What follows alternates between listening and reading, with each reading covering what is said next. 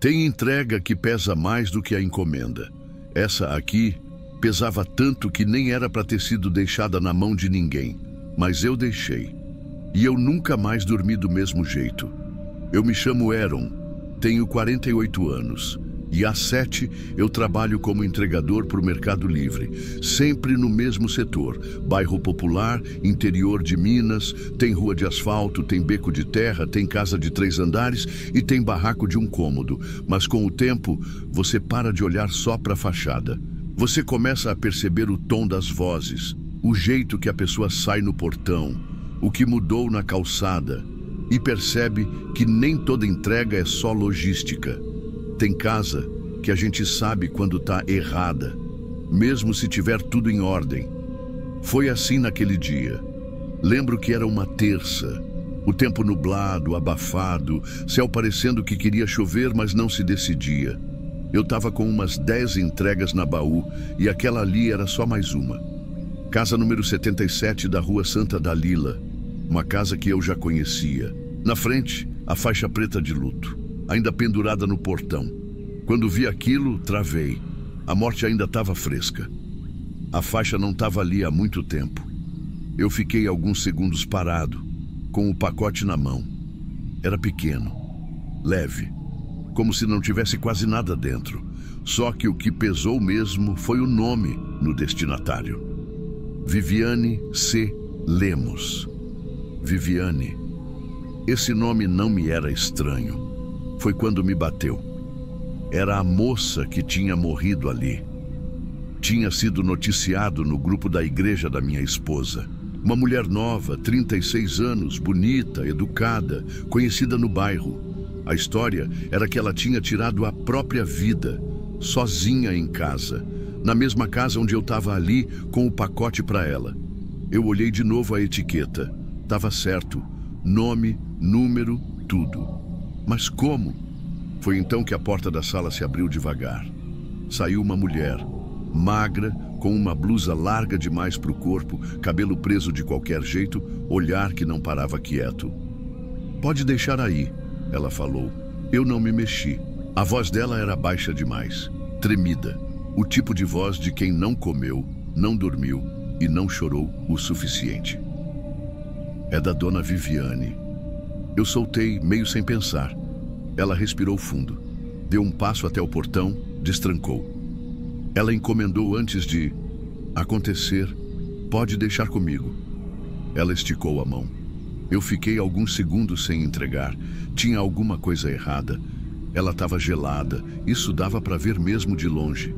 Os dedos tremiam, os olhos não olhavam nos meus. Mas eu entreguei. Ela assinou o celular com o dedo suado. Mal tocou na tela. Depois fechou o portão rápido, sem mais nenhuma palavra. Eu ainda fiquei ali um pouco, olhando a casa. Um vazio no estômago, como se tivesse deixado algo para trás.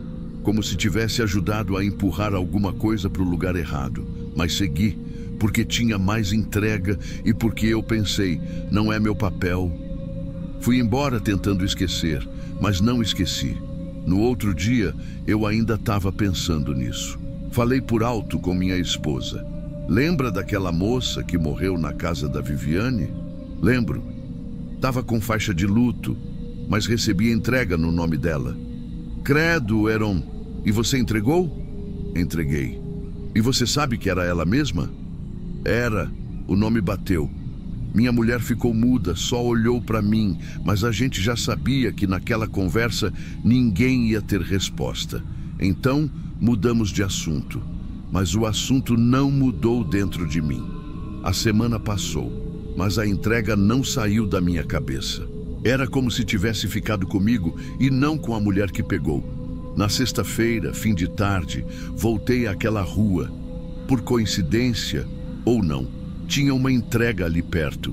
E quando passei devagar pela frente da casa, vi o que eu não estava preparado para ver. O pacote estava no lixo, inteiro, lacrado, com a mesma etiqueta. No cesto de lixo da calçada da casa, em cima de um saco preto, como quem faz questão de que seja visto. Freiei, fingi mexer no retrovisor. Olhei em volta. A rua estava quase vazia. Só uma senhora do outro lado varrendo calçada. Esperei ela entrar. Desci, andei devagar até o lixo. Peguei o pacote com uma mão só, rápido. Coloquei na mochila da moto. Voltei como se nada, mas por dentro eu já sabia que aquilo ali ia me engolir. Em casa, esperei minha esposa sair. Esperei até escurecer. Fui para o fundo, onde guardo umas ferramentas. Peguei um estilete, virei o pacote de ponta cabeça e abri por baixo. Devagar, para não rasgar a etiqueta. Tinha espuma protetora. Tirei. Dentro tinha um frasco de vidro, transparente. Rótulo com letras em chinês. Tampa de metal. Ao lado, um manual impresso numa folha A4 dobrada, em inglês. E embaixo de tudo, escondido num papel bolha, uma seringa nova. Fiquei olhando aquilo por uns 10 minutos, sem conseguir respirar direito. O frasco tinha comprimidos dentro. Não tinha nome de remédio. Não tinha posologia. Não tinha nada. A única coisa que tinha era a intenção. Na próxima parte, te conto como fui descobrindo o que era aquilo. E por que até hoje eu não consigo ver meu reflexo no espelho direito. Eu não sei explicar o que eu senti quando abri aquele pacote. Só sei que não foi medo. Foi uma mistura de arrependimento com nojo, mas não nojo do conteúdo. Foi de mim. O frasco parecia limpo, lacrado, como coisa de laboratório. Os comprimidos lá dentro eram pequenos, meio translúcidos, e vinham acompanhados daquele manual, que eu tentei entender mesmo sem saber inglês direito. Fui traduzindo aos poucos com o celular. As palavras não eram diretas, mas também não escondiam. Indicado para finalizações voluntárias. Recomendado apenas em casos irreversíveis. Ingerir em jejum sem misturar com outras substâncias. A palavra eutanasia aparecia em destaque no rodapé. Na hora, eu parei. Senti o estômago dar um nó que subiu até a garganta. Era isso. Aquilo ali era permissão, não um remédio. Um fim, em cápsula, disfarçado de encomenda. E eu entreguei. Aí, de novo, o nome na etiqueta ficou ainda mais pesado. Viviane C. Lemos. A mulher que morreu dias antes. Sozinha. Na casa onde eu bati palma. E que, agora eu entendia, talvez não tenha morrido antes de receber. Talvez tenha morrido depois. Com o que eu levei até o portão dela. Foi difícil respirar naquela hora. Eu olhei o frasco por uns segundos e ele me olhou de volta, porque era isso que parecia. Aquele vidro estava me encarando, me dizendo sem dizer que eu podia ter evitado. E eu não evitei. Mas o que mais me doeu foi lembrar do jeito da mulher que pegou o pacote, tremendo, evitando me olhar, fechando o portão rápido como quem guarda um segredo que precisa ser cumprido. E agora, com aquele pacote no lixo, era como se ela tivesse devolvido a culpa. Não quis guardar, jogou fora, para alguém ver. Para mim ver, e eu vi. No mesmo dia, entrei no grupo dos entregadores. Um grupo que a gente usa para alertar sobre trotes, cachorro solto, endereço errado. Mas às vezes também rola conversa. Mandei assim: alguém já entregou o pacote no nome de gente que já morreu? Silêncio. Até que um cara respondeu: já, mas achei que era só erro do sistema. Outro comentou: tive um desses mês passado. Nome da dona já tinha saído no obituário. Entrega pequena, leve, com nome em chinês. Tava estranho. Foi aí que outro entregador mais velho mandou por mensagem privada: tem uns pedidos que são isso mesmo, Aaron. Disfarce, gente que compra medicamento de eutanásia por fora, vindo de fora do país. Normalmente são pedidos sem retorno, um uso só. E você já viu algum desses? Eu perguntei. Vi, peguei uma vez.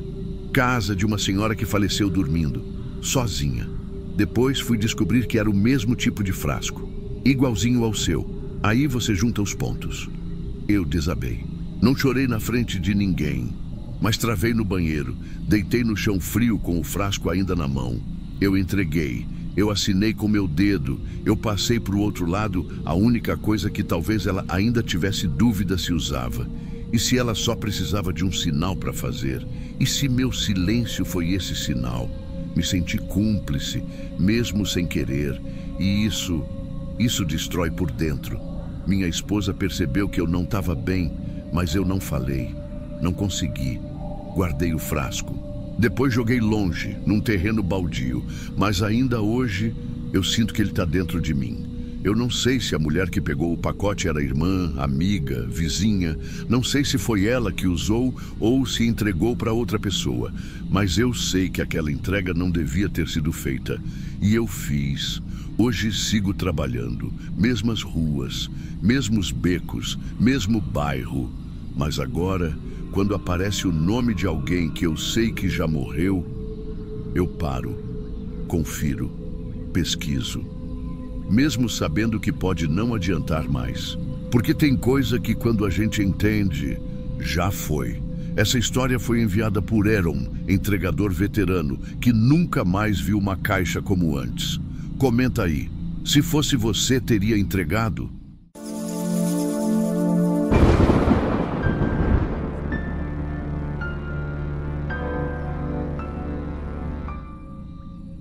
Entrego carta desde que a gente ainda usava fichário para controle, mas nunca quis tanto que uma entrega se perdesse no caminho. Eu sempre fui de respeitar o que está escrito no envelope. Se está no sistema, a gente entrega. Simples assim. Correio não faz pergunta. A gente carrega, deixa no destino e vira as costas. Mas teve uma caixa que fez eu quebrar tudo que sempre levei a sério nessa vida. E até hoje eu me arrependo de não ter deixado ela ali, do lado do portão, debaixo da chuva, onde ninguém queria pegar. Eu trabalho na agência de entregas da cidade desde 92. Já fui carteiro a pé, depois de bicicleta, depois na Fiorino. Hoje sou o mais velho da regional. Conheço cada nome de rua como quem decora as linhas da mão. Já entreguei Sedex com bilhete romântico, já entreguei urna de cinza que caiu no carro e fez poeira no estofado. Já entreguei coisa que eu preferia não saber o que era. Mas nunca vi uma entrega como essa. Nunca uma igual. Era uma caixa pequena, de papelão duro, do tipo padrão, 20 por 20. Tinha um remetente impresso, mas o destinatário sempre mudava um detalhezinho. Número trocado, letra repetida, só para burlar o sistema e mandar de novo. E ela voltava sempre. A casa ficava fora da zona urbana. Para chegar lá, tinha que sair da rota, pegar a estradinha de terra atrás do açude seco, passar por uma porteira caída e seguir até a curva do eucalipto torto. Lá no fundo tinha um portão de madeira carcomida e um muro só de mato crescendo. Era como se ninguém morasse, mas o sistema marcava como entrega em curso. Da primeira vez, achei que fosse erro. Da segunda, que fosse golpe. Na terceira, comecei a achar estranho mesmo, porque a caixa não era aberta. Ela ia, voltava e voltava igual, nunca rasgada, nunca mexida. Era como se alguém estivesse tentando devolver algo que não queria mais aceitar. Na quinta vez que aquilo voltou, eu fui pessoalmente. Era um dia nublado, barro até o tornozelo. Cheguei lá e toquei palma. Nada. Bati no portão. Silêncio. Mas então, ouvi o barulho. Passos correndo lá dentro. 2, 3 passos e parou. Fiquei parado um tempo. Nem cachorro latiu, nem vento mexia as folhas. Voltei para o carro com a caixa debaixo do braço. E ali mesmo, dentro da Fiorino, olhando a mata escura ao redor, eu decidi. Eu ia abrir. Esperei chegar em casa. Coloquei a caixa na mesa da cozinha, junto da garrafa de café e da chave do portão. Meu coração estava meio diferente. Não era medo, era um incômodo. Como quem já sabe que vai ver coisa errada. E mesmo assim quer ver. Comecei a cortar o durex, devagar, como quem não tem pressa de saber. Dentro tinham papéis dobrados, cartas, papel de caderno infantil com coraçõezinhos nos cantos, alguns desenhos de flores e gente de palitinho. Eu peguei uma e li. Oi, mãe. Hoje ele não gritou, mas eu ainda fiquei trancada. Outra dizia: ele levou meu bichinho, disse que se eu gritasse de novo ia jogar no fogo. E mais uma: se eu sumir, procura meus sapatinhos, eles estão debaixo da lareira. A letra era infantil, mas firme, como quem escreve com medo, mas não desiste. No fundo da caixa, debaixo das cartas, tinha um pano de prato dobrado, antigo, amarelado nas bordas. Eu desdobrei. Tinha ali um par de sapatinhos pequenos, sapato de criança. Um deles estava chamuscado, a sola toda preta de fuligem, a lateral queimada. Eu fiquei olhando para aquilo muito tempo. A casa na estrada, o barulho de passo, a caixa que volta e aquelas palavras: se eu sumir. No dia seguinte, fui até o sistema interno. Olhei o código. Era uma remessa antiga, data de 2015, postada como remessa autorizada. Significa que foi mandada por alguém com permissão de serviço. Abrigo, conselho, coisa assim. Chamei o supervisor, mostrei a caixa. Ele olhou, ficou calado. Depois disse: essa entrega devia ter sido arquivada. Isso aqui foi da época daquela menina do abrigo da serra. Aquela que morreu no incêndio, lembra? Não respondi. Só fiquei parado. Ele continuou: ela mandava carta todo mês, mas nunca teve quem recebesse. A mãe não quis assinar a guarda. E mesmo assim, o sistema registrava a entrega. A casa com o portão velho estava lá. E a caixa continuava voltando. Toda semana.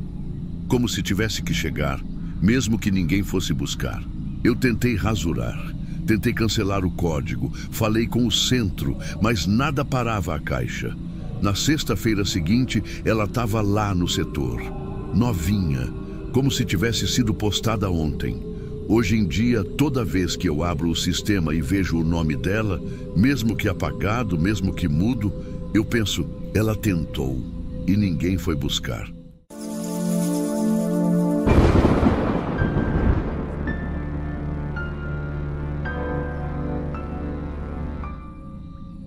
Eu nem sei por onde começar. Acho que talvez seja melhor dizendo que eu não estou contando isso para acusar ninguém, nem para apontar o dedo. É só que tem coisa que não dá para guardar, que vai crescendo por dentro. E parece que se eu não botar para fora, uma hora explode. Meu nome é Kaique, tenho 24 anos. Estou morando em São José dos Campos desde o ano passado. Vim tentar a vida aqui, porque em São Paulo a coisa apertou. Consegui um trampo como entregador da Shopee, terceirizado, por transportadora. Nada demais. Só um cara tentando ganhar o pão com o baú da moto lotado e o capacete suando o dia inteiro. Minha rota era tranquila. Pegava ali pela região do Jardim Esplanada. Depois descia um pedaço da Vila Rossi, que era mais classe média. Rua de casa com portão automático. Cachorro latindo atrás da grade, vizinho fofoqueiro na janela. Um bairro igual a tantos. E foi por isso que eu estranhei. Porque tudo era igual, mas tinha uma entrega que era idêntica toda semana. Sempre na segunda-feira, sempre no mesmo horário, sempre o mesmo tipo de pacote. Uma caixa marrom, dessas mais compridas, para uma casa de muro baixo, com samambaia no portão. E a mulher, sempre ela, era uma mulher entre 35 e 40 anos, pele muito branca, cabelo preso num coque baixo, roupa clara, quase sempre com um avental por cima da blusa. Ela abria o portão devagar, saía, assinava e dizia: "Obrigada, moço. Tenha um bom dia." Sempre do mesmo jeito, mesma entonação, mesmo passo. Eu sou novo nessa vida de entrega, então comecei achando até engraçado. Pensei que era alguma viciada em compras, né? Sei lá. Tem gente que realmente compra a mesma coisa mais de uma vez. Mas toda semana, na terceira ou quarta entrega seguida, comecei a prestar mais atenção. E aí reparei que a caixa não era só parecida. Era a mesma, ou quase isso. Tinha um cheiro igual. tipo um cheiro de produto novo, misturado com cola. E do lado dela sempre tinha um pedaço de fita rasgado, como se tivessem colado uma etiqueta por cima de outra. Só que mal feito. Uma vez, até brinquei no grupo da transportadora. Galera, tem cliente aqui que deve estar comprando o mesmo pacote só para ver minha cara todo dia. Shop de namoro. Os caras riram, zoaram, mas aquilo ficou na minha cabeça. Na semana seguinte, quando eu peguei a caixa na base, senti uma coisa estranha. A caixa estava morna, tipo quente por dentro. Sabe quando você sente que tem alguma coisa viva ali dentro? Não sei explicar. Eu balancei devagar, mas não fez barulho nenhum. Encostei o ouvido, nada. Só que a sensação estava ali, um desconforto que não passava. E foi aí que eu abri. Não devia ter feito isso. Sei que é errado. Mas não estava lacrada ainda, era só fechar depois. A caixa estava vazia, mas no fundo dela, colado com fita dupla face, tinha um adesivo antigo. Um nome, meio rasurado. Dava para ler Bern, e o resto estava rasgado, mas parecia nome de criança. Aquilo me deu um arrepio. Fechei rápido, ajeitei a etiqueta nova por cima e fui fazer a entrega. Ela veio do mesmo jeito. Cabelo preso, olhar fixo. Um sorriso que não subia para os olhos. Assinou, agradeceu, entrou. Só que naquele dia, quando o portão fechou, eu fiquei parado alguns segundos. O portão foi fechando devagar e parecia que ela estava me olhando pelo reflexo do vidro da porta da frente. No dia seguinte, decidi perguntar para um colega que fazia rota perto. Ô, tu já entregou lá na rua, João Vieira Lima, aquela casa com samambaia? Ele pensou. Falou que não lembrava, mas se é toda semana deve ser empresa ou coisa de retorno automático. Mas aquilo ali não era devolução nem reenvio, a etiqueta era nova e a caixa, mesmo sendo diferente por fora, sempre tinha o mesmo detalhe, um canto amassado, sempre no mesmo lugar. E aí veio a segunda-feira mais esquisita da minha vida. A mulher estava igual, mas mais tensa. O coque estava mais apertado. A roupa parecia engomada, como se ela tivesse se preparado. Ela assinou olhando para mim, sem piscar, e falou: "Se alguém perguntar, você nunca me viu, certo?" Eu dei uma risada meio sem graça e falei que era piada, né? Mas ela não respondeu. Só virou de costas. À noite, mexendo no celular, vi uma postagem no grupo do bairro. Alerta: criança desaparecida na João Vieira Lima. Menino de 7 anos chamado Bernardo. Última vez visto perto de casa. Eu congelei a rua, o nome, Bernardo, Bern. Era o nome na caixa. Fiquei paralisado, olhando para a tela, tremendo. Eu tinha visto esse nome. Eu tinha segurado a caixa. E ela tinha dito que eu não tinha visto nada. Eu não dormi aquela noite. Fiquei com a cara no teto, pensando em tudo, no jeito da mulher, no nome, no pacote vazio, no aviso dela e principalmente naquela etiqueta rasgada. No dia seguinte, eu cheguei mais cedo na base da transportadora. Fui direto no armário onde ficam as caixas separadas por rota. Não tinha nada para a casa dela. Mas no fim da tarde, vi 2 carros da polícia parados do outro lado da rua, perto da mesma casa. Fiquei olhando de longe, disfarçando com o celular. Os policiais conversavam com um homem de terno e com alguém da base. Era o gerente. Não deu meia hora, chamaram a gente numa salinha pequena. Só os entregadores fixos daquela rota. O gerente foi direto. Não comentem nada com ninguém. Polícia tá pedindo os vídeos internos por causa de um caso de desaparecimento, mas tá tudo sob controle. A gente vai repassar só o que for autorizado. Aquela frase me embrulhou por dentro. Só o que for autorizado. Perguntei se era sobre a casa da mulher. Ele olhou bem para mim e disse: "Deixa isso com a empresa, Kaique. Confia. Continua fazendo seu trampo." Mas como que eu ia continuar? Na quinta-feira, um colega que faz rota ali perto chegou para mim com a cara branca. Tinha visto um trecho do vídeo de uma câmera da casa do lado. Essas câmeras de vigilância que apontam para a rua. Ele falou assim, quase sussurrando: "Mano, o moleque, ele estava dentro de uma caixa. Uma caixa igualzinha a essa que se entrega. Parei de respirar por alguns segundos. E era no mesmo horário, tu entregando na frente e uma pessoa saindo pelos fundos com a caixa e o moleque dentro. Aquilo destruiu o resto de paz que eu ainda tinha. Fiquei dias sem passar naquela rua. Pedi para trocar de rota. Recusaram. Disseram que se eu quisesse podia pedir desligamento e aí a vida foi seguindo. Mas nada ficou igual. A mulher sumiu. A casa fechada, a cortina sempre fechada, ninguém entra, ninguém sai. Dizem que se mudou. Outros falam que foi internada. Teve um cara que falou que ela era irmã do pai do menino e que cuidava dele quando ele vinha visitar. Mas ninguém tinha certeza de nada. A história esfriou. As postagens sumiram dos grupos. A imprensa nunca chegou a cobrir o caso. E a empresa ficou quieta, não entregou os vídeos da base. Disseram que estavam com problema técnico. Mentira. Eu vi o supervisor apagar os arquivos do HD. Só que, mesmo depois disso tudo, teve uma coisa que ainda aconteceu. Algumas segundas-feiras depois, quando achei que o pior já tinha passado, apareceu mais um pacote. Caixa comprida, meio amassada no canto. Mesmo nome da destinatária. Mesma casa. A etiqueta colada torta, com a borda de uma anterior aparecendo por baixo. Eu não queria entregar, mas também não queria levantar suspeita. Peguei, fui até lá. A rua estava vazia. Portão fechado. Toquei. Ninguém atendeu. Deixei com o vizinho do lado. Era um senhor, acho que nem prestou atenção. Assinou no meu celular sem olhar. E aí, o tempo passou. Mas de vez em quando, volta a caixa. Volta o endereço. Às vezes está no meu nome, às vezes em outro. Às vezes nem é a mesma etiqueta, mas eu sei que é a mesma caixa. Dá para reconhecer pelo jeito que ela pesa na mão, pelo silêncio que ela faz, pelo que ela carrega sem mostrar. Eu não sei o que aconteceu com o Bernardo. Nunca mais ouvi nada. Só sei que eu vi, não com os olhos, mas com tudo o que eu devia ter notado. E não notei.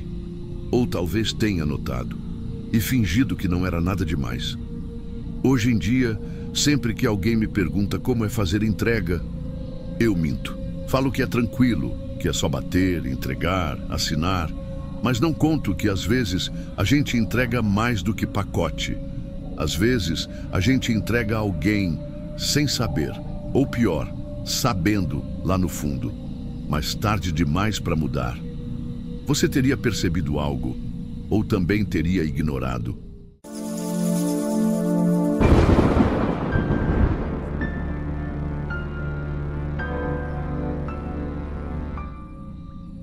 Dizem que toda entrega é só um trabalho, mas essa parecia um aviso.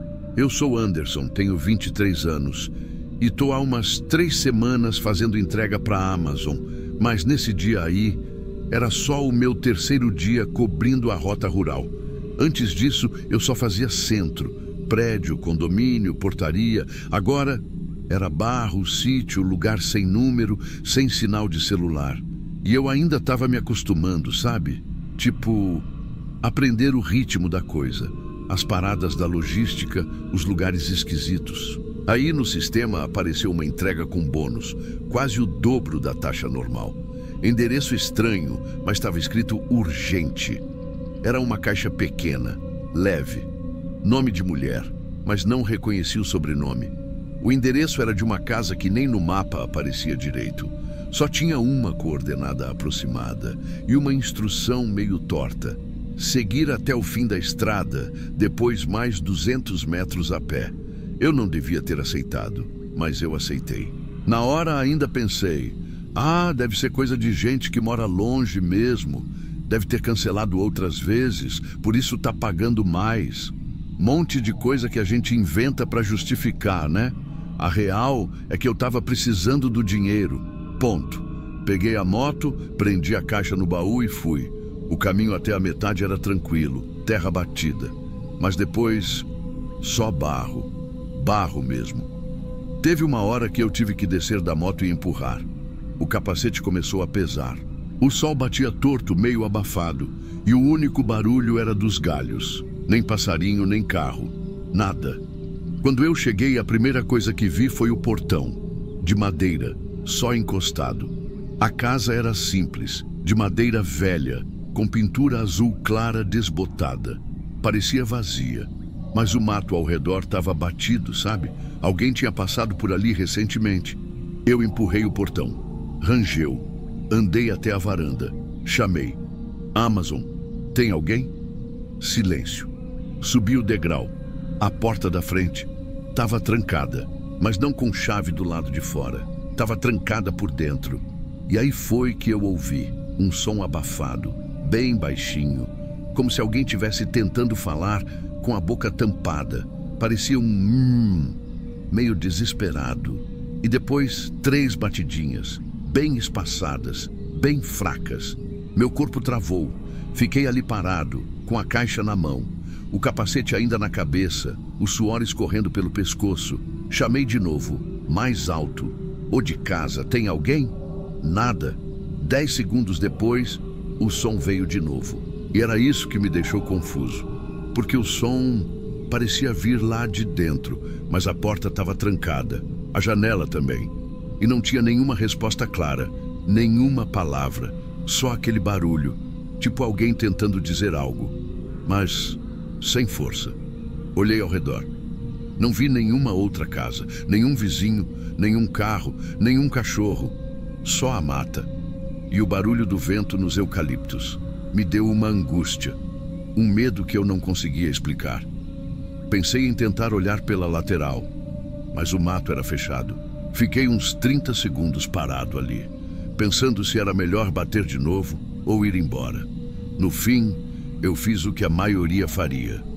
Deixei a caixa na varanda, tirei a foto pelo app e fui embora. Enquanto eu colocava a moto para fora do portão, ainda olhei para trás. E juro, por um segundo, me pareceu que alguma coisa na janela se moveu. Mas quando eu virei de novo, não tinha nada. No caminho de volta, tentei pensar em outra coisa, mas não dava.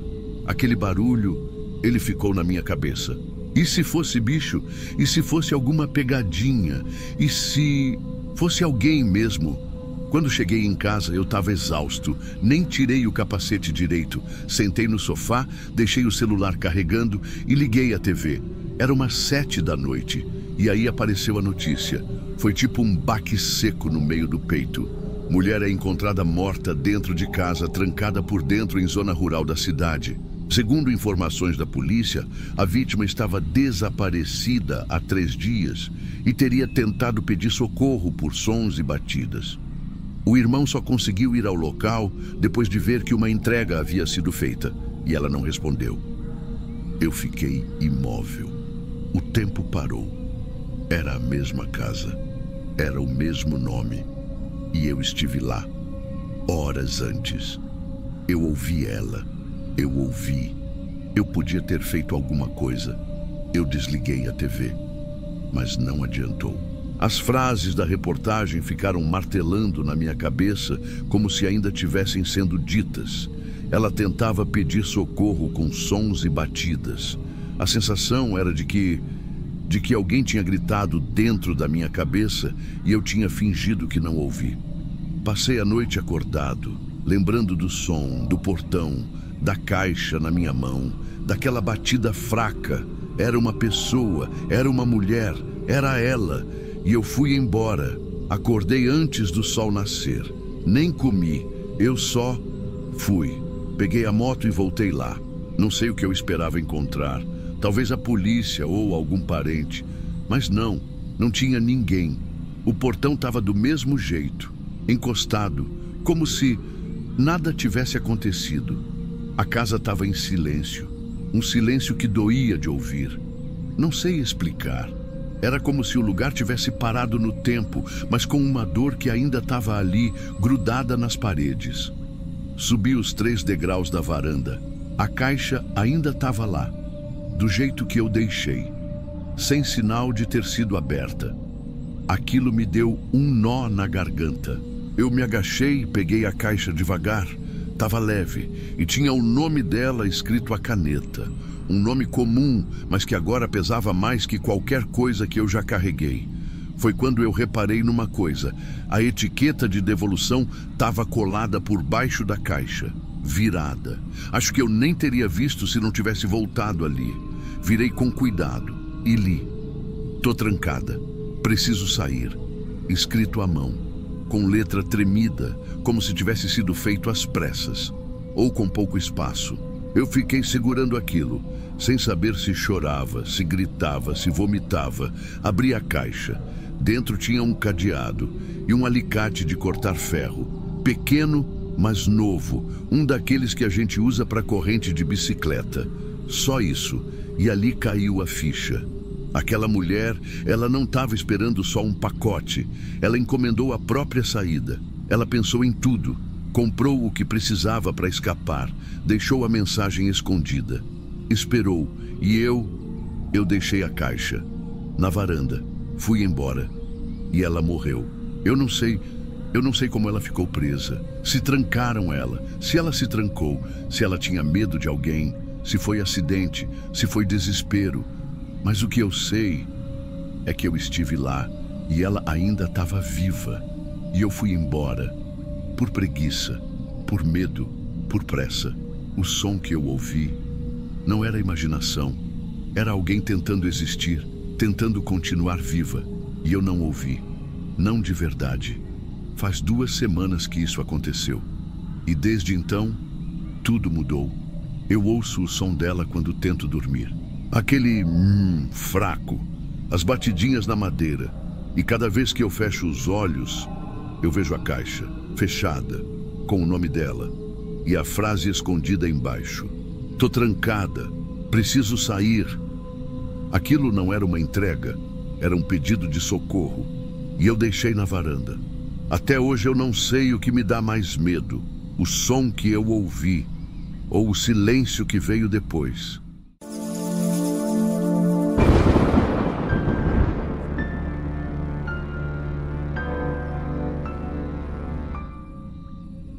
Você já carregou uma caixa fedendo como se tivesse bicho morto dentro e mesmo assim teve que entregar com um sorriso? Eu sou Renato. Tenho 41 anos e trabalho nos Correios faz mais de 12. A maior parte do tempo no Sedex, rodando de furgão por tudo quanto é tipo de lugar. Cidade grande, bairro sem asfalto, estrada no meio do mato. Já entreguei para loja de arma. Clínica de estética, motel, casa de show, já vi de tudo. Mas nenhuma rota me virou o estômago como a da curva da Mangueira Seca. Não é que seja longe, é esquisita. A entrega sempre vem da mesma remetente, uma clínica veterinária do centro. E vai sempre para o mesmo endereço, uma casa velha, no fim de uma estradinha de terra onde mal cabe o carro. Não tem placa, não tem nome. Só um número pintado na cerca com tinta escorrida. As caixas são grandes, pesadas e mal embaladas, sempre com aviso colado. Não sacudir. Entregar antes das 10 horas. Nunca entendi esse horário fixo, mas beleza. Regras são regras. E o cara que recebe também não ajuda. Sempre o mesmo, suado, sem camisa, cara de quem acordou num porão. Só fala o básico. Deixa aí. Nunca responde bom dia, nunca assina com caneta, só com o dedo e uma cara de nojo, como se quem estivesse fedendo fosse eu. A primeira vez que fui lá, achei esquisito. A segunda, achei normal. Mas teve um dia que não deu mais para ignorar. O dia que o furgão inteiro começou a feder. Era uma sexta-feira de janeiro, daquelas que o calor parece queimar por dentro da roupa. Ar-condicionado no máximo, e mesmo assim escorria suor por dentro do cotovelo. Peguei a rota cedo. Quase tudo urbano. Entrega tranquila. E por último, como sempre, a maldita encomenda da casa do fim da curva. A caixa estava encostada num canto, com fita mal passada e uma daquelas etiquetas com os códigos de barra torta. Eu puxei no braço e já senti. Estava encharcada na base. Mas não dei atenção. Achei que fosse suor condensado ou umidade do depósito, até que comecei a sentir o cheiro. Era diferente de qualquer coisa que já tinha sentido em mais de uma década de entrega. Não era leite azedo, não era frango vencido. Era carne velha, morna, escorrendo, aquele cheiro que parece subir pelo nariz e ficar preso atrás do olho. Abri o vidro. Nada. O vento não aliviava. Piorava. Quando parei num semáforo, senti um barulho estranho vindo da parte de trás, como se alguma coisa molhada tivesse se soltado por dentro da caixa. Fiz força para não engasgar. Uns 5 minutos depois, encostei o carro. Saí cambaleando, respiração curta. Abri a porta de trás e a cena me travou. A caixa estava afundada num dos lados e escorria um líquido grosso, oleoso, quase preto. Manchava o chão do furgão como graxa. Mas o cheiro era pior que esgoto. Era doce, e isso fez o nojo dobrar. Fiquei parado um tempo, só encarando, o corpo travado. Pensei em abrir, mas e se fosse resto animal? E se não fosse? Tentei ligar para a clínica. O número da etiqueta era da recepção. Chamei 3 vezes. Ninguém atendeu. Senti um embrulho no estômago. Olhei em volta. Lugar nenhum para deixar aquilo. E aí a náusea veio de vez. Apoiei as mãos no para-choque e vomitei. Seco, ardido, do tipo que vem com gosto de bile. Fiquei ali, suando mais ainda, com a respiração pesada e o corpo molhado de calor e nojo. E mesmo assim, voltei para o banco. Liguei o motor e segui viagem, porque o destino ainda me esperava. Cheguei no fim da estrada de terra faltando 5 minutos para as 10. A poeira estava tão espessa que parecia grudar na pele suada. Quando parei na frente da casa, ele já estava lá, no portão, sem camisa, calção frouxo, chinelo arrebentado. Braço cruzado, cara de tédio, só disse, já estava passando da hora, deixa aí mesmo. Nem olhou nos meus olhos, só apontou com o queixo para o lado da varanda. Desci do carro com a caixa nos braços. O líquido escorria entre os dedos por baixo da fita. Quente. Meu antebraço ficou manchado, grudando. Na parte de cima da embalagem, dava para ver o papelão inflado, como se tivesse algo pressionando por dentro. Algo mole. O cheiro me fazia piscar o olho com força para não desmaiar. Encostei a caixa no canto que ele apontou e voltei para o carro. Ele não agradeceu. Não perguntou nada. Nem se importou com a caixa molhada. Era como se fosse rotina. Dirigi até sair do alcance da casa. Uns 300 metros depois, parei de novo. Dessa vez, fui mais longe no mato. Vomitei outra vez. Longo, alto, de 4 no chão seco. Acho que foi ali que entendi. Alguma coisa estava muito errada. Não só com o conteúdo, mas com o fato de que aquilo seguia sendo entregue como se fosse normal. Naquela noite, eu não consegui jantar. Fiquei sentado no sofá, com a televisão ligada sem som e o telefone na mão. Escrevi no grupo dos entregadores: se alguém pegar a rota da curva amanhã, leva máscara ou estômago de ferro, porque hoje a caixa veio suando sangue. A maioria mandou emoji de vômito. Um brincou: essa entrega aí é do Dexter. Mas teve um que respondeu diferente, meu supervisor, no privado: você não é o primeiro a reclamar dessa entrega. Já mandaram abrir investigação. A casa foi interditada. Faz 8 meses. Eu li aquilo umas 3 vezes. Respondi: como assim interditada? Ele mandou uma foto. A mesma casa. Fita amarela no portão. Placa vermelha. Cruelty Investigation. Interdição provisória. Data: 8 meses atrás. Na imagem dava para ver agente uniformizado, ambulância de ONG e até uma viatura do Ibama. Eu travei. O lugar para onde eu levei aquela caixa hoje estava interditado desde o ano passado, mas a encomenda continuava sendo enviada, do mesmo jeito, pela mesma clínica, com o mesmo aviso: não sacudir e entregar antes das 10 horas. Deitei na cama com a cabeça zumbindo. Tentei esquecer, mas o cheiro ainda parecia grudado nas narinas, como se tivesse sido engolido junto com o ar.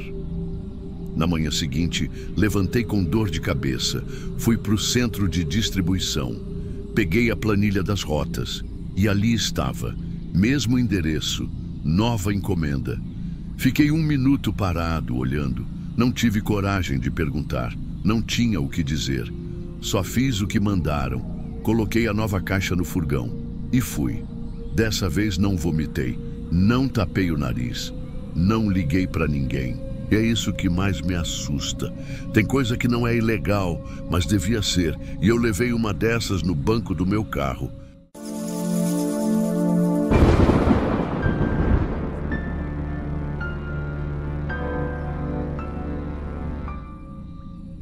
Eu sempre fui de deixar a entrega, tirar a foto e seguir em frente. Mas tem casa que não deixa a gente ir embora tão fácil. Meu nome é Murilo de Souza. Tenho 36 anos. Sou entregador autônomo e rodo principalmente pela Shopee. Embora às vezes também faça rota para outras plataformas. Já faço isso há 5 anos e posso dizer com tranquilidade que aprendi a não me apegar demais ao que a gente vê ou escuta na rua. Só que o problema é quando não é você que está escutando ou vendo alguma coisa. É quando parece que alguém está olhando para você, prestando atenção demais. E você sente isso antes de entender o porquê. Era uma sexta-feira, começo de tarde, quando peguei a rota. Tava com menos entregas do que o normal, e uma delas me chamou a atenção. Não pelo nome, que parecia comum, mas porque o CEP estava meio zoado no sistema. Mostrava um número, mas puxava para um bairro que não batia. No mapa da Shopee, parecia normal, mas no Waze dava erro. Acabei indo pela intuição mesmo, porque já conhecia mais ou menos aquela parte afastada da cidade. Um fim de linha perto do anel viário novo. Chegando lá, reconheci a rua. Tinha feito entrega ali uns meses antes, só que em outro número. E esse que aparecia agora não era bem uma casa. Era tipo uma construção antiga, cercada por muro alto, com portão de ferro e tudo muito mal cuidado. Parei a moto, revisei o endereço. Tudo certo no pacote, mesmo com o CEP errado. Estava em nome de um homem, nome simples, tipo Jorge Andrade, nada que chamasse atenção. Buzinei. Demorou quase 2 minutos para alguém vir. A casa parecia desabitada, juro. Mas então apareceu uma mulher. Ela abriu o portão só o suficiente para passar a mão. Devia ter uns 40 e poucos anos, cabelo castanho mas molhado, grudado na testa. Rosto muito abatido, olhos fundos. Tava com uma blusa encardida, meio sem forma, como se tivesse acabado de sair da cama ou nem tivesse dormido. Não disse "Oi", não perguntou nada. Só esticou a mão, pegou o pacote. Eu pedi para assinar no app. Ela assinou, sem olhar para a tela, nem me encarou. E voltou para dentro com o pacote como se tivesse esquecido que eu existia. Foi só isso. Mas não sei te explicar. Te juro que já entreguei coisa em lugar muito pior. Mas teve algo naquela entrega que me travou por dentro. Era o jeito da casa. O cheiro de umidade, as janelas todas cobertas e o silêncio. Era um silêncio que parecia vivo. Voltei para a moto, fiz a foto da fachada e segui para a próxima parada. Mas o desconforto ficou. A sensação de que tinha mais alguém ali, observando. Naquela noite, eu recebi ligação do suporte da Shopee. Atendi, achando que era erro comum, algum cliente que clicou errado no aplicativo. Mas a moça perguntou direto: "Murilo, aqui é da central. Você confirma que entregou hoje às 14h42 um pacote na rua tal, número tal, em nome de Jorge Andrade?" Eu respondi que sim. Expliquei que a mulher da casa recebeu e assinou. Ela ficou em silêncio por uns segundos e depois soltou. O cadastro desse pedido foi feito com dados de um homem que consta como falecido. Travei. Ela continuou. A casa foi vendida há 4 meses, segundo os registros do nosso sistema. O pedido apareceu como aprovado, mas já tivemos outros casos assim. Estamos investigando. Perguntei se era golpe. Ela disse que ainda não sabiam e que iam cancelar aquele pedido para não gerar cobrança no cartão. Eu desliguei meio zonzo. Fui pesquisar o nome, Jorge Andrade. Só que apareceu um obituário simples, com data próxima do que a atendente disse. Nenhuma informação extra, nem causa da morte, nada. Pensei em deixar para lá. A gente se envolve demais e acaba entrando onde não devia. Mas 3 dias depois, outro pacote. Mesmo nome, mesmo endereço, mesmo valor. E dessa vez, o campo do endereço estava diferente. Tinha o mesmo número da casa, mas o resto do endereço estava escrito à mão, como se alguém tivesse editado por fora. Achei estranho, mas entreguei. Quem recebeu foi a mesma mulher. Ela parecia mais confusa do que antes, menos arrumada. Não olhou para mim de novo, e o portão abriu ainda menos. A assinatura foi um rabisco. Só isso. Mais 2 dias, outro pacote. Só que dessa vez, o CPF do cadastro era de um menor de idade. Um número sem vínculo com o nome original. Mesmo assim, a entrega passou pelo sistema. Foi aí que eu comecei a desconfiar de verdade. Não parecia golpe, parecia insistência. Toda semana, um novo pacote. Mesmo nome, mesma casa. A mulher sempre ali. Mas a cada vez menos expressão, como se estivesse vivendo um papel ou fazendo parte de um processo. Teve um dia que eu tentei puxar conversa, perguntar o nome dela ou se precisava de ajuda, mas ela só balançou a cabeça, como se fosse muda, ou como se eu estivesse atrapalhando. Aquilo foi mexendo comigo. Eu não conseguia mais deixar o pacote e ir embora tranquilo. Cada entrega era um peso no estômago.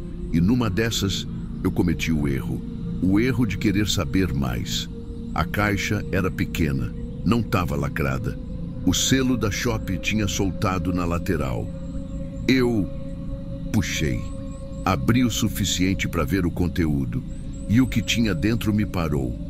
Era uma foto, impressa, papel grosso. A foto era minha, tirada da rua. Eu de costas, parado no portão daquela casa, com o capacete pendurado no braço e o pacote na mão. E junto da foto, um bilhete simples, para ele entender. Naquela noite eu não dormi. Fiquei olhando para a foto durante horas, tentando lembrar quando que aquilo foi tirado. Eu não vi ninguém, não ouvi nenhum clique, nenhuma janela se mexeu, nenhum reflexo de lente. Nada. E aquele bilhete para ele entender. Entender o quê? Eu comecei a entrar em parafuso. No dia seguinte, fui até a central da Shopee, conversei com um supervisor. Mostrei a foto, o pacote, falei que o CPF estava errado, que o nome era de alguém morto. Ele olhou tudo com cara de quem queria ajudar, mas não sabia como. Isso não devia ter sido processado, ele disse, e abriu um chamado interno. Mas eu senti no rosto dele, eles não iam fazer nada. A partir dali, toda entrega nova para aquele nome era como um teste, uma armadilha. Era como se alguém quisesse ver até onde eu ia. Na semana seguinte, novo pacote. Mesmo nome, mas agora o campo do destinatário no sistema estava vazio. Só tinha um ponto. Não fui. Devolvi o pacote direto para o centro de distribuição. E avisei que não faria mais entrega naquela casa. Mas 2 dias depois, eu recebo um envelope. Não pelo aplicativo, nem por motoboy. O envelope foi entregue direto lá na central, em meu nome, Murilo de Souza. Sem remetente, com a letra igual ao bilhete anterior. E dentro, outra fotografia. Era a mesma foto. Só que não era. Agora eu estava de frente, de pé, no mesmo portão, mas virado para a câmera, com o rosto completamente visível. E o que mais me doeu foi que eu estava olhando direto, pro nada. Um olhar fixo, um olhar que eu não lembrava de ter feito. Ali, eu desabei, senti que alguém estava me conduzindo, como se cada passo meu tivesse sido filmado ou previsto. Eu não tinha mais certeza de que aquela entrega tinha começado por acaso. Liguei para minha esposa. Falei para ela trancar tudo. Não sair, não atender ninguém. Eu estava com um medo que nem era mais por mim. Era por quem eu pudesse estar levando junto nessa história. Eu comecei a pesquisar mais. Fui atrás de registros públicos, planta da casa, dono anterior. Descobri que o Jorge Andrade era mesmo o proprietário antigo, mas a causa da morte dele Não estava acessível. Não constava nos registros online. Um processo foi aberto e arquivado 2 meses depois, com um número de inquérito que não batia com nenhum BO. A casa foi vendida para uma mulher de nome Rosa, mas o sobrenome dela era diferente em cada documento. Num aparecia como Rosa Vieira, noutro como Rosa Andrade, e ainda tinha um terceiro, Rosa Menina. Era como se ela estivesse se moldando. A partir daquele ponto, eu parei de trabalhar por uns dias. Fui tentar organizar a cabeça, mas as imagens voltavam o tempo todo. A expressão dela, o cheiro da casa, o modo como ela segurava o pacote, como se estivesse esperando algo, como se cada entrega fosse um passo no ritual dela. E então, na semana seguinte, recebo outro chamado, mesmo bairro, CEP alterado de novo, mas o nome no cadastro agora era Murilo de Souza. O meu, pensei que fosse erro, mas o número do pedido batia com o número da entrega que eu tinha recusado antes. Era como se tivessem recadastrado o pacote. Para mim, eu fui, mas não como entregador. Fui com roupa civil, boné, óculos escuro. Levei um amigo junto, sem contar muita coisa. Fiquei do outro lado da rua. Esperei alguém sair. Ninguém saiu. Esperei até o fim da tarde. Nada. Mas quando fui passar em frente à casa, só para ter certeza que ela ainda estava ali, vi algo que me congelou. No portão, preso com um pedaço de fita crepe, tinha um envelope com meu nome. E abaixo, um bilhete colado com a mesma letra. Agora ele entende. Eu não toquei. Deixei ali. Voltei para o carro e fui embora. Desde aquele dia, nunca mais aceitei entrega sem revisar tudo 3 vezes. E se aparece qualquer coisa fora da curva, nome repetido, endereço editado, CPF estranho, eu cancelo. Na hora. Eu não sei quem está mandando. Não sei o que ela espera. Ou se ela ainda está viva. Mas tem uma coisa que eu sei. Tem casa que não quer mais receber nada. Ela só quer que alguém volte. Tem casa que não quer mais receber nada. Ela só quer que alguém volte.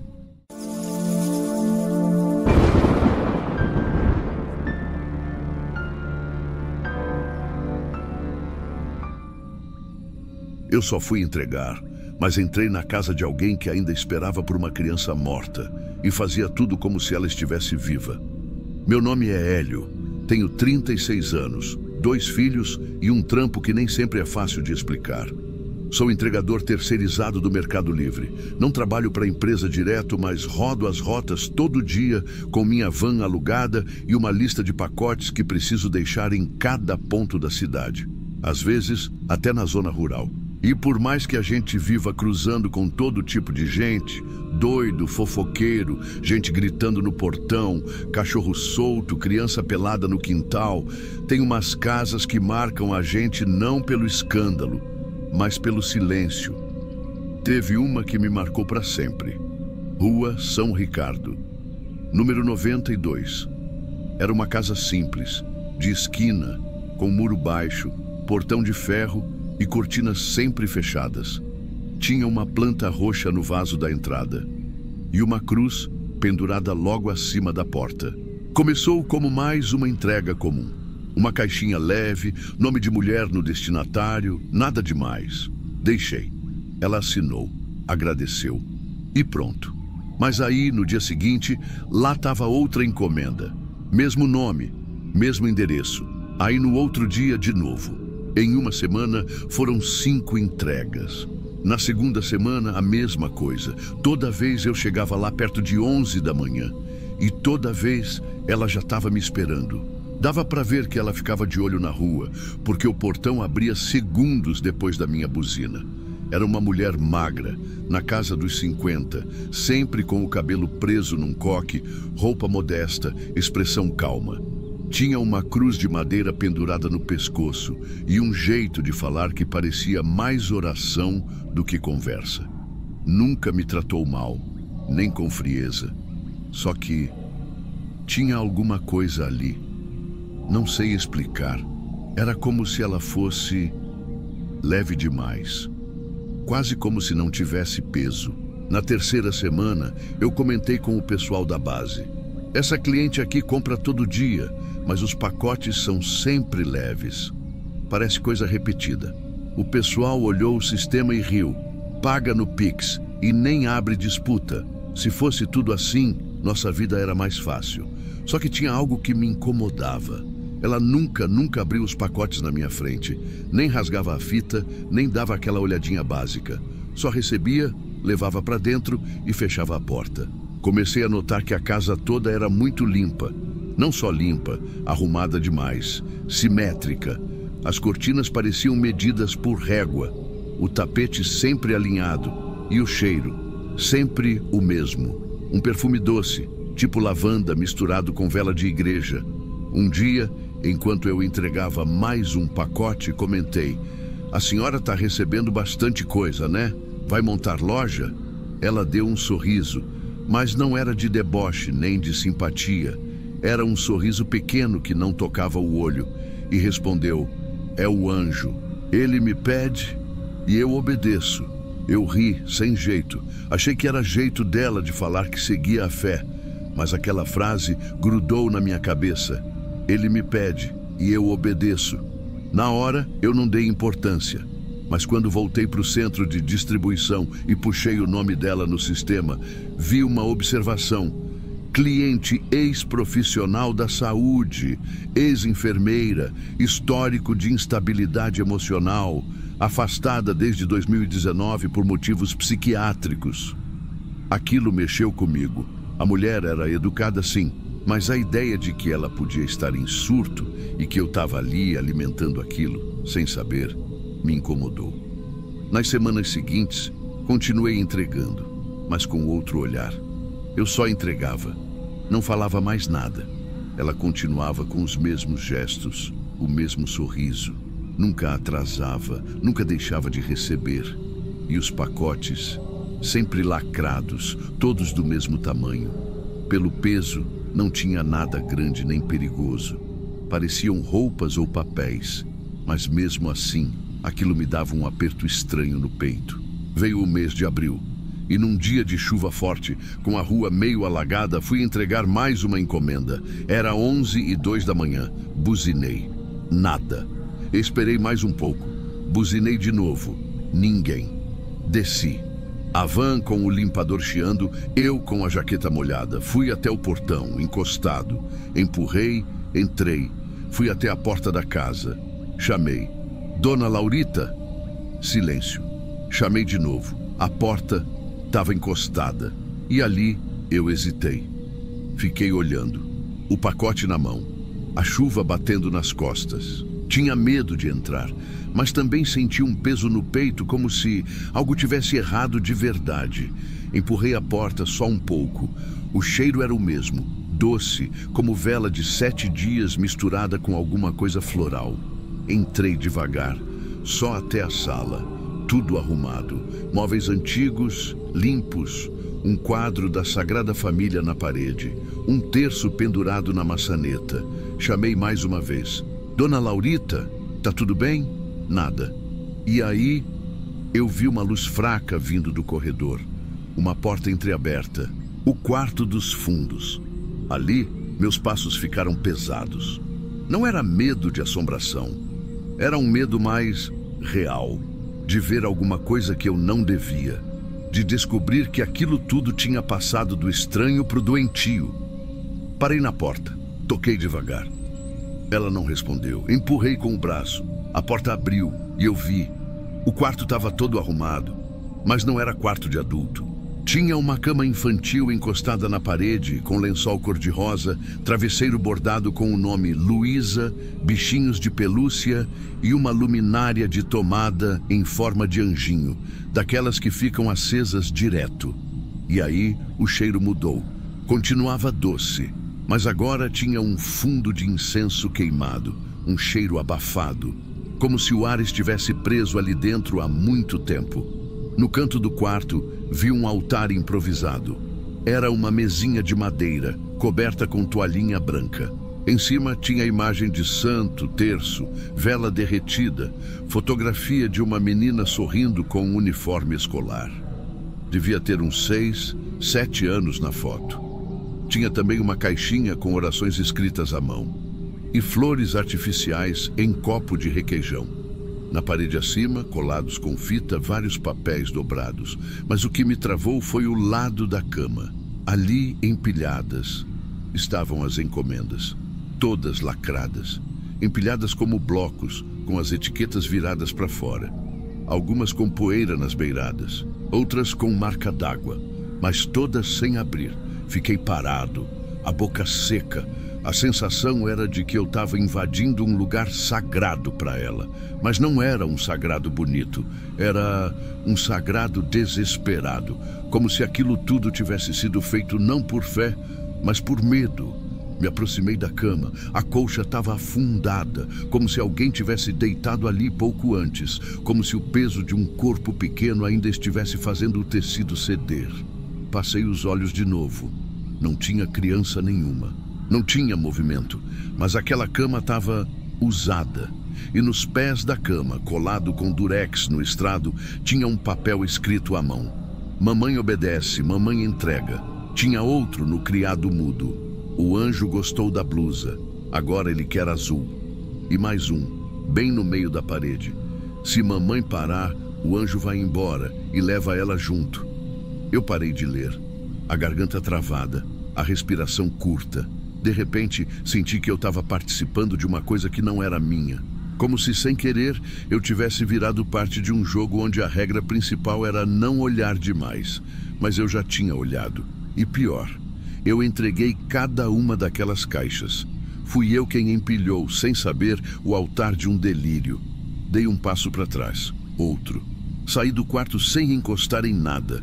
Voltei pela sala, a porta ainda aberta, a rua ainda molhada. Do lado de fora, respirei fundo e deixei o pacote do dia no chão, encostado na parede, embaixo da janela fechada. Não toquei a campainha, não buzinei, entrei na van e fui embora. Naquela noite não consegui dormir. Fiquei me perguntando se tinha alguém ali, se ela falava com o ar, se alguém respondia, se, por um segundo, ela conseguia ver a filha de verdade, se aquilo tudo era fé ou só loucura mesmo. Ou pior, e se fosse as duas coisas misturadas? No outro dia não tinha pacote para ela, nem no seguinte. Achei que tinha acabado, que alguém tinha visto, denunciado, que ela estava internada, ou que o anjo tinha levado mesmo. Semanas passaram, até que um dia, num grupo de WhatsApp dos entregadores, apareceu uma mensagem. Alguém aqui já fez entrega na São Ricardo 92? Fui lá hoje, portão aberto, mulher esquisita. Disse que o anjo estava com fome. Li, e meu coração deu um pulo. Ela ainda estava lá, ou pelo menos alguém ainda estava. O colega mandou mais uma mensagem. Ela pediu para avisar que era para mandar o de flor vermelha amanhã, só isso. Eu não respondi. Apaguei a notificação, fechei o celular e nunca mais passei por aquela rua. Eu não sei até hoje o que tinha na cabeça dela. Se era só dor que ficou tempo demais sem alguém para dividir. Se era solidão convertida em ritual.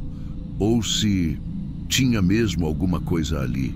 Alguma presença que se alimentava de obediência, de silêncio, de rituais cumpridos. Não sei.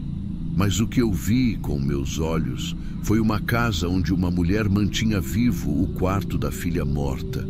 Entregava pacotes para alguém que ela dizia que pedia do céu.